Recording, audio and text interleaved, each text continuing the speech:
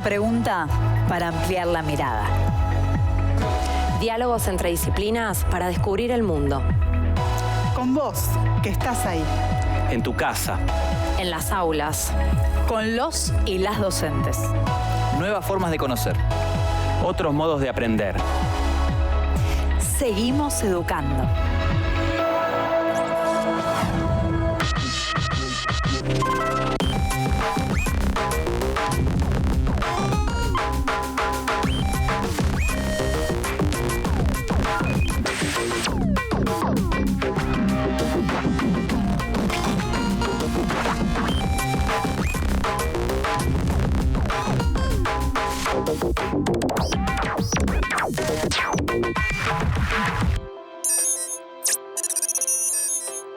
Hoy con Juli, la profe de Formación Ética y Ciudadana, y con Ana, la profe de Educación Sexual Integral, nos preguntamos, ¿hay una sola manera de envejecer?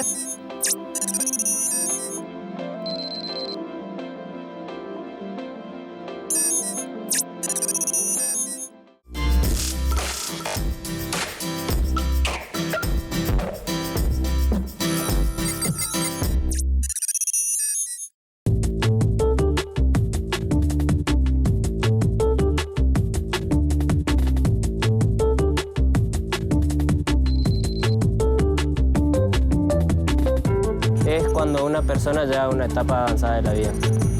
Cuando estás viejo, tenés arrugas, canas, no podés hacer muchas cosas físicas, por ejemplo, correr, hacer deportes. Una experiencia. Sí, es pensar como que los ancianos no pueden hacer cosas. Y naturalmente uno que se dice es que tratan mal a la vejez porque ya no sirven para nada.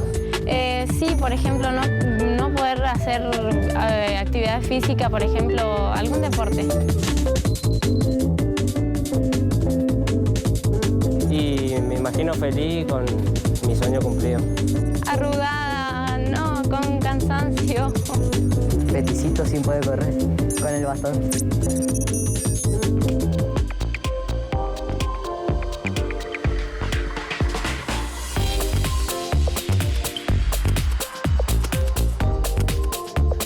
¿En qué andas? Hola, profe.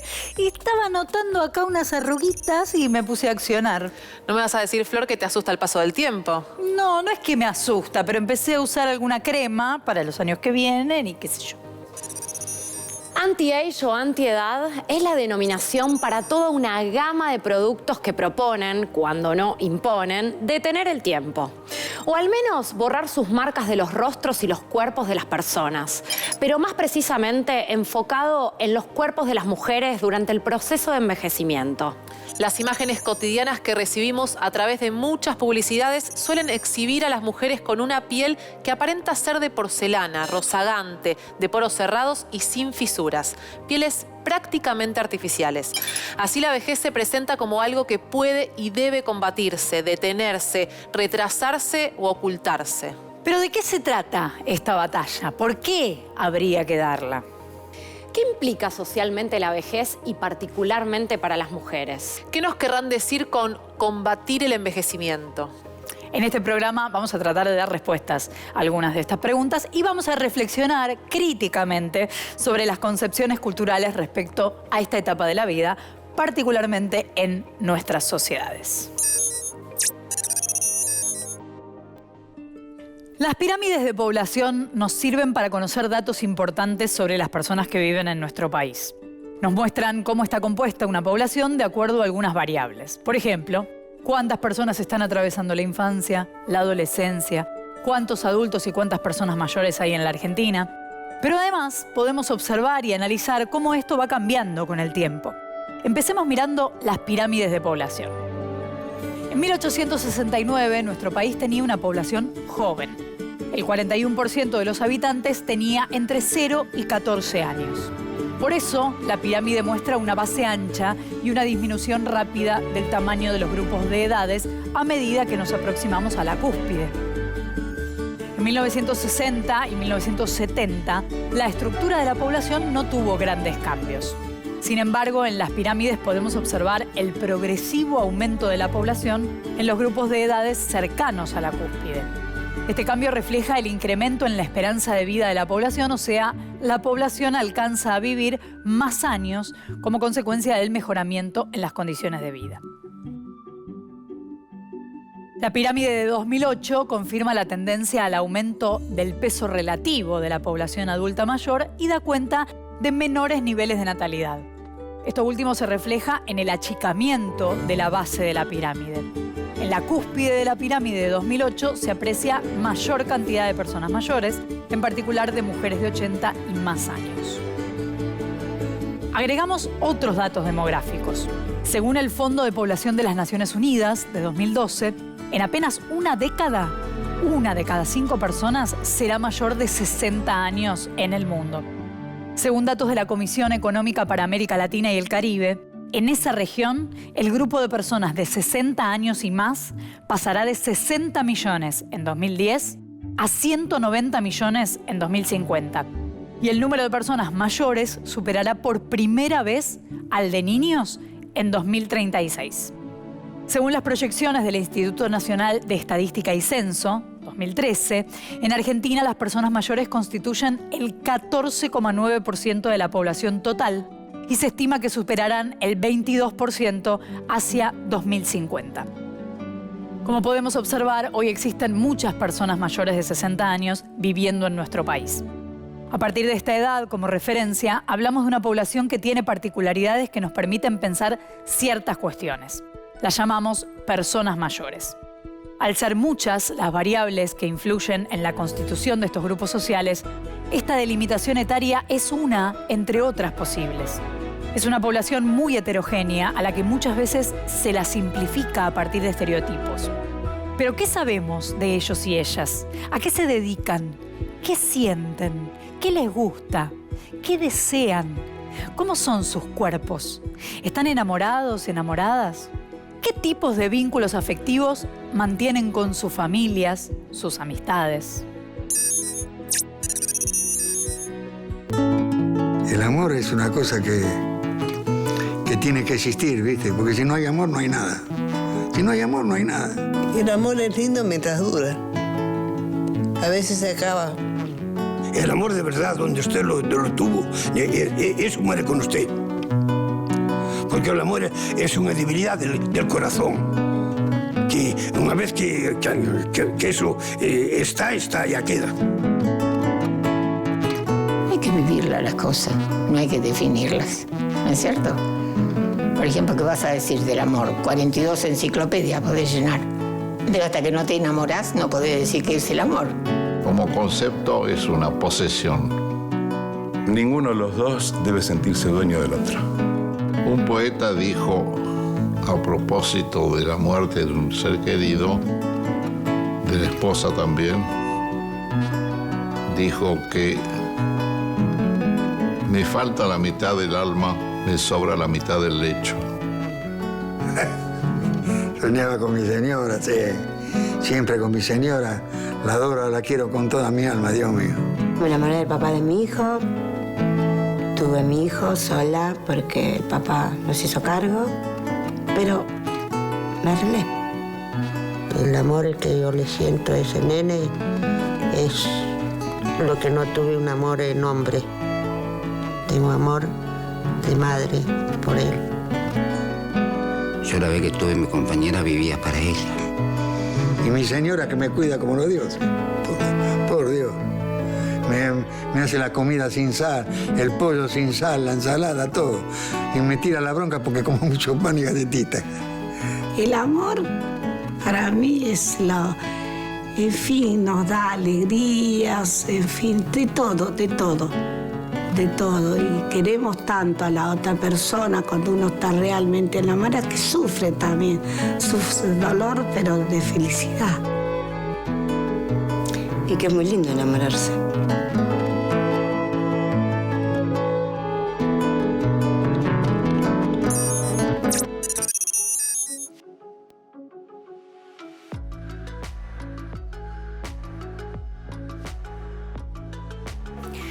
Desde que nacemos, las personas no permanecemos siempre iguales. Con el correr de los días, el correr de los años, vamos cambiando, atravesando diferentes etapas. La última de estas etapas en el ciclo vital es la vejez.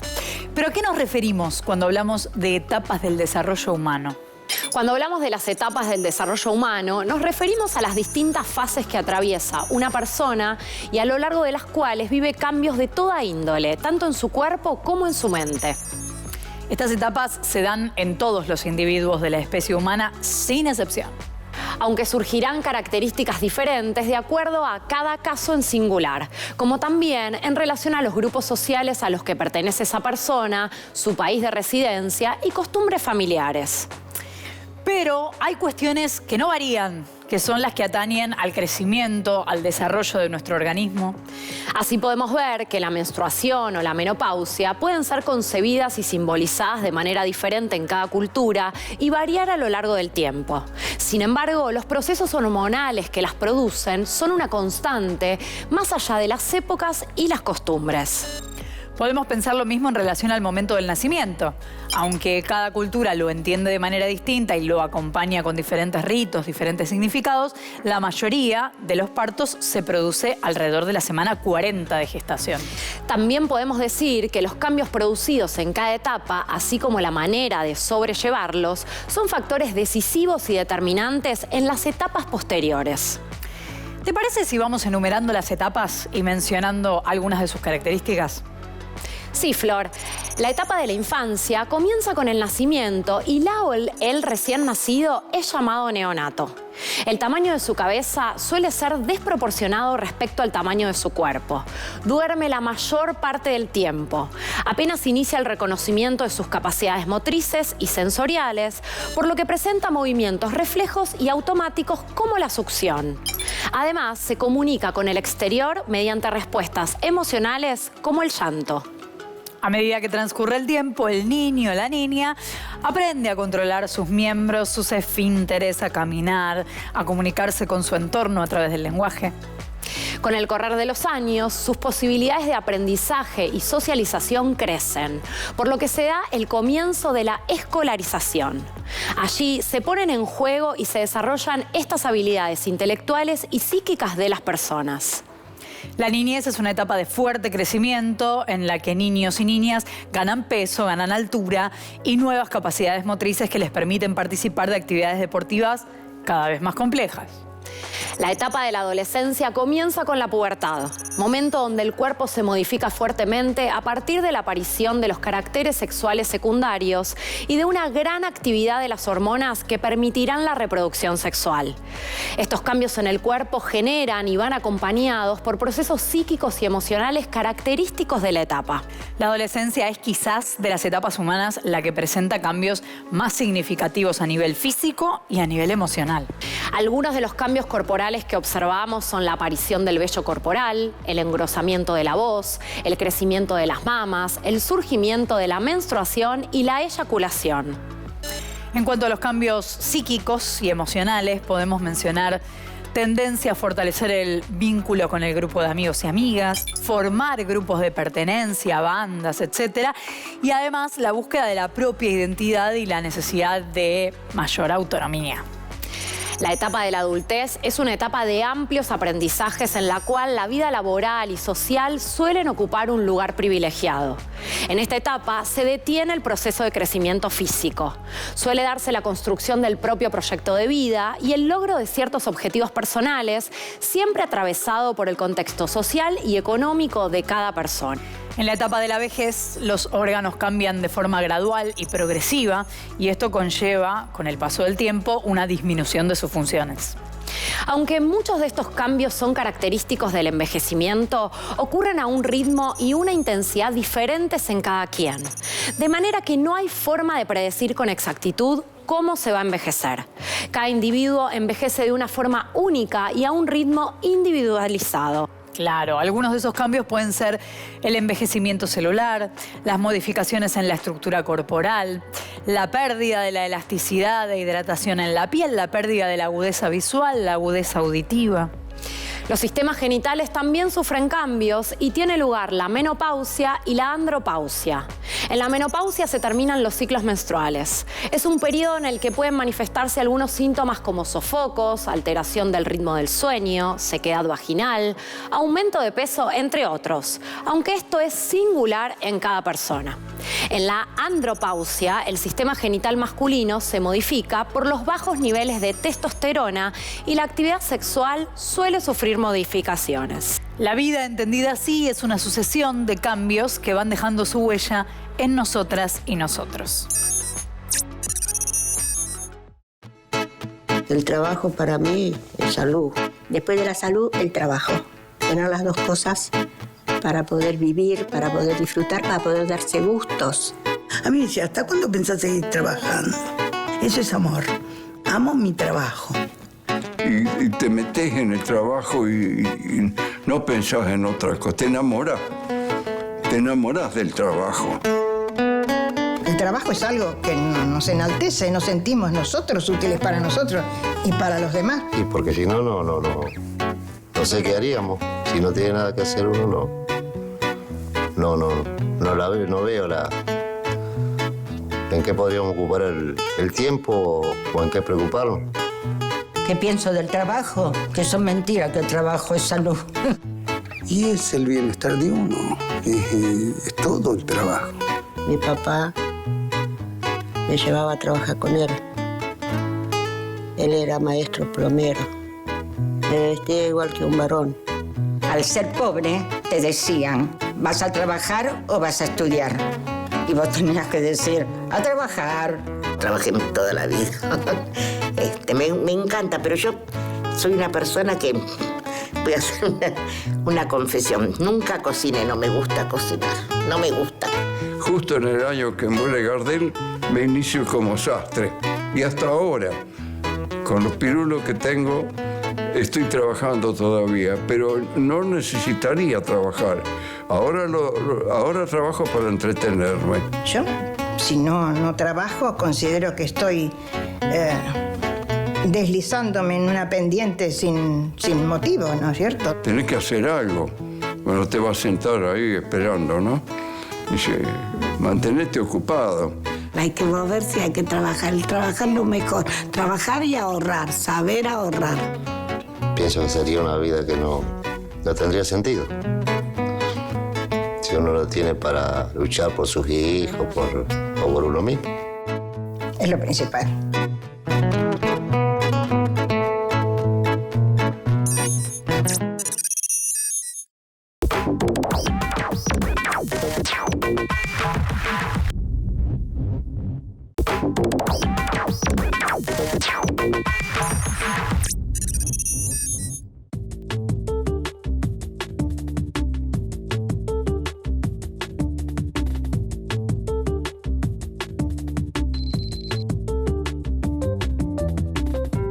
Enfermedades. Que todos podemos hacer lo mismo. Que pueden tener las mismas pasiones. Sí, con mi abuela. Sí, con mi abuelo. Sí me relaciono con mis abuelos y ese vínculo es amor, paz. Y quiero que ella sea feliz siempre. Hablamos, me cuenta lo que él hacía de chiquito cuando tenía mi edad.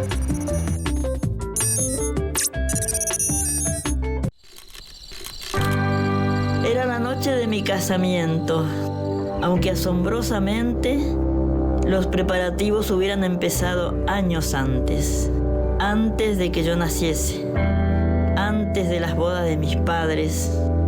Pero esa noche, bajo los dorados soles y entre las berenjenas que de tan azules daban resplandores rojos, se atraparon criaturas inocentes y legítimas, se les sacaba el pelo y el sexo y eran tendidas sobre las grandes asaderas. Por lo menos eso fue lo que vi en un cuadro mucho tiempo después. Mis familiares de pie ante la divinidad de los tomates. Y toda la noche se oyó una música grave, inexplicable, como si sonaran juntos o fueran uno solo, la danza del fuego y el bolero de Ravel.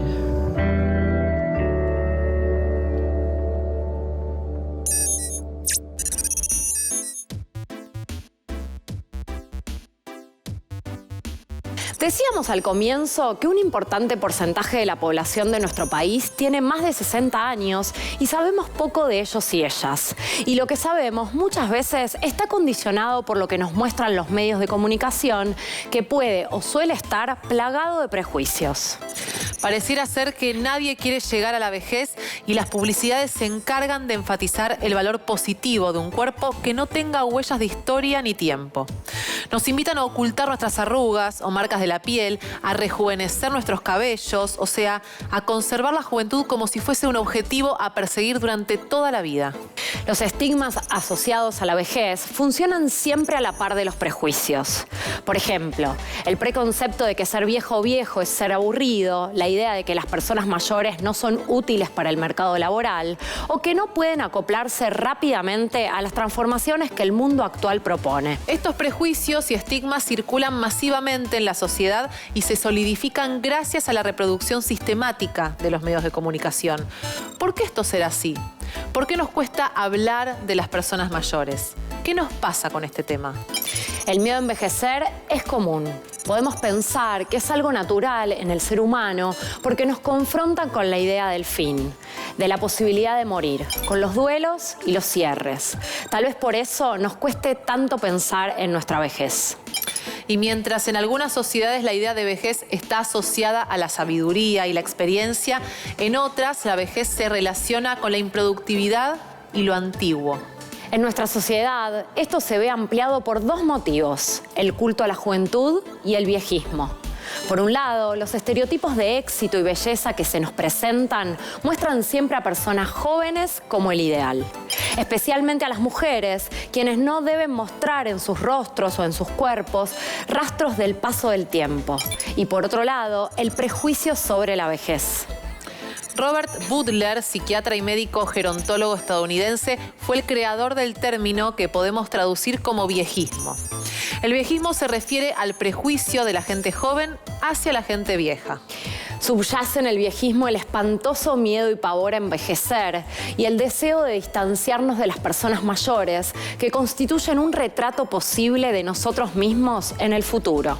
El viejismo no solo disminuye la condición de las personas mayores, sino la de todas las personas en su conjunto. Comprende el conjunto de prejuicios, estereotipos y discriminaciones que se aplican a las y los adultos mayores simplemente en función de su edad. ¿Cuáles son los prejuicios más comunes contra la vejez? Uno de los más extendidos es el de que los viejos y las viejas se enferman o son personas limitadas. Otro estereotipo común es que una gran proporción de las personas mayores está hospitalizada o vive en residencias geriátricas. Esta idea de los viejos y viejas como personas necesariamente enfermas, muy difundida socialmente, es un recorte patologicista sobre su realidad. No podemos negar que es muy frecuente que después de cierta edad las personas comiencen a transitar una enfermedad crónica como la hipertensión o que estén más expuestos a las consecuencias de algunas enfermedades, como observamos en relación a la COVID-19. Alguien puede padecer hipertensión, fracturas de caderas o pérdidas de piezas dentales, ir lentificando su marcha o necesitar mayores y más frecuentes controles médicos. Pero esto no necesariamente la convierte en una persona enferma. Puede no sentirse así y sobre todo tiene el derecho a no ser considerada así por los demás. También se instalan prejuicios en relación a la sexualidad. No podemos negar que corporalmente algunas funciones disminuyen con la edad y que hay cambios fisiológicos que van marcando los cambios de etapas. Pero pensar que las personas mayores no tienen prácticas sexuales es una expresión que muestra una concepción de sexualidad que no incluye otras dimensiones que lo corporal. El envejecimiento se define como un proceso complejo y multidimensional. Al ser significado por cada cultura, toma características particulares. Por eso, cada cultura y momento histórico construyen relatos sobre las edades. Día Internacional de las Personas de Edad. El 1 de octubre se conmemora el Día Internacional de las Personas de Edad. Este día fue instituido por las Naciones Unidas para reivindicar los derechos de este grupo etario. Además, busca sensibilizar sobre la importancia de erradicar los prejuicios hacia los adultos mayores. El 14 de diciembre de 1990, la Asamblea General, en su resolución 45-106, proclamó el 1 de octubre como el Día Internacional de las Personas de Edad, en prosecución de las iniciativas de las Naciones Unidas a través del Plan de Acción aprobado en la Asamblea Mundial sobre el Envejecimiento, celebrada en Viena en 1982 y respaldado en el mismo año por la Asamblea General. El 1 de octubre se estableció con el objeto de favorecer la toma de conciencia sobre la prolongación de la vida y el valor que esto tiene, la necesidad de trabajar para lograr sociedades inclusivas, integradoras y más justas. También con el objeto de reflexionar sobre la importancia de desarrollar políticas orientadas a mejorar la calidad de vida de la población de adultos mayores. ¿Qué derechos tienen las personas mayores? Tener una vida digna y plena. Derecho a ser respetados en sus libertades fundamentales, su dignidad, creencias, intereses, necesidades e intimidad, así como adoptar decisiones sobre su cuidado y calidad de vida. No ser discriminadas, derecho a recibir un trato digno y a ejercer sus derechos, independientemente de la edad, el sexo, la procedencia étnica, la capacidad, la situación económica u otras condiciones. No recibir malos tratos físicos o mentales, tener una vida libre de explotación. Todo tipo de maltrato es una violación a los derechos humanos. Derecho a envejecer en su casa y en familia, a residir en su propio domicilio todo el tiempo que sea posible, elegir su residencia y decidir cómo y con quiénes vivir. El domicilio es uno de los atributos de una persona física o jurídica, por lo cual toda variación al respecto debe ser, en principio, voluntaria. Acceder a información, a ser personas escuchadas y a expresarse libremente. Las personas mayores tienen derecho a la libertad de opinión y expresión, a investigar y a recibir informaciones, a acceder a las nuevas tecnologías y difundirlas sin limitación de fronteras por todos los medios.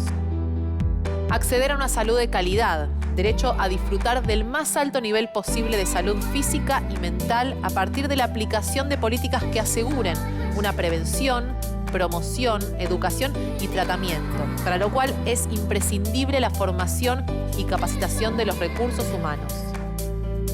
Participar en la toma de decisiones dentro de la sociedad. Derecho a ser parte de la formulación y aplicación de las políticas públicas, especialmente aquellas que afecten directamente a su bienestar biopsico-sociocultural. Aprender a desarrollar su potencial. Incluye el acceso a programas educativos y de capacitación adecuados a lo largo de toda su vida, a fin de lograr el pleno desarrollo de su personalidad, su potencial creador y el fortalecimiento del respeto a los derechos humanos y libertades fundamentales. Revalorizar los vínculos intergeneracionales. Derecho a ejercer la responsabilidad en la transmisión de experiencias, valores y cultura a las generaciones más jóvenes, en especial a los niños, niñas y adolescentes. Desarrollarse científica y culturalmente. Derecho a participar libremente en la vida cultural de la comunidad, a gozar del arte en todas sus manifestaciones y a participar en el progreso científico y en los beneficios que de él resulten.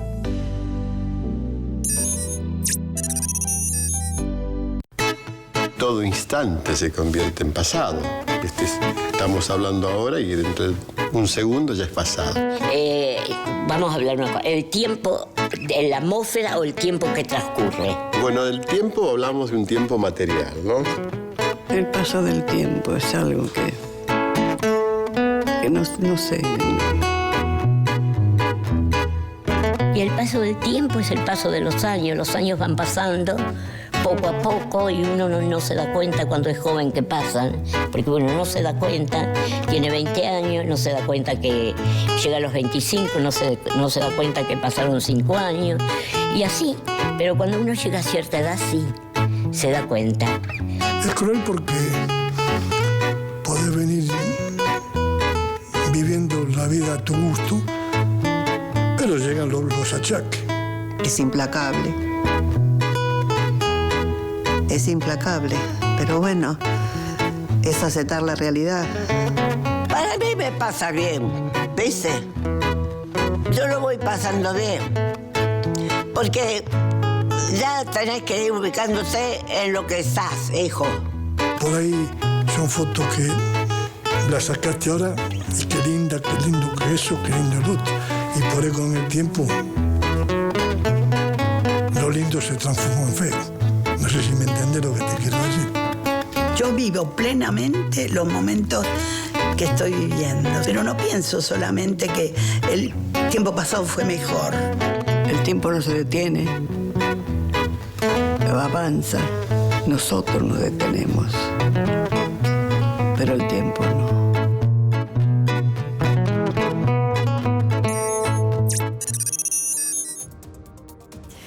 En este programa indagamos sobre los cambios físicos y psíquicos que se dan en nuestro cuerpo a lo largo del crecimiento y cómo estos van marcando distintas etapas vitales. En la definición de cada etapa se entrecruzan estos procesos con configuraciones sociales y culturales que las significan. Y estos procesos biológicos tampoco son permanentes, porque las mismas construcciones sociales y el contexto sociohistórico en el que se desarrollan van modificándolos. Cuando nos preguntamos qué es envejecer, se nos presenta un dilema. ¿Es posible hablar de una vejez o es preferible hablar de vejeces? Como pudimos ver en el programa, los modos de transitar y representar a la vejez fueron y son diversos, plurales. Comenzamos el programa analizando las construcciones mediáticas y occidentales del envejecimiento, intentando pensar por qué actualmente existen tantos dispositivos tangibles y simbólicos que buscan evitar el envejecimiento. Trabajamos con algunos prejuicios y estereotipos en torno a la vejez. Abordamos la discriminación por edadismo, discriminación por edad, con la particularidad que tiene este tipo de estigmatización, ya que todos y todas somos víctimas de la misma, a diferencia del sexismo o del racismo. En síntesis, podemos decir que es posible hablar de vejeces en plural y que es necesario no solo deconstruir y revisar los preconceptos, los estigmas que se crearon sobre las personas mayores, sino también dar voz para que hablen por sí mismos y por sí mismas y se expresen visibilizando todo el abanico de riquezas que tiene ese momento de la vida, valorando el vínculo intergeneracional entre jóvenes y adultos.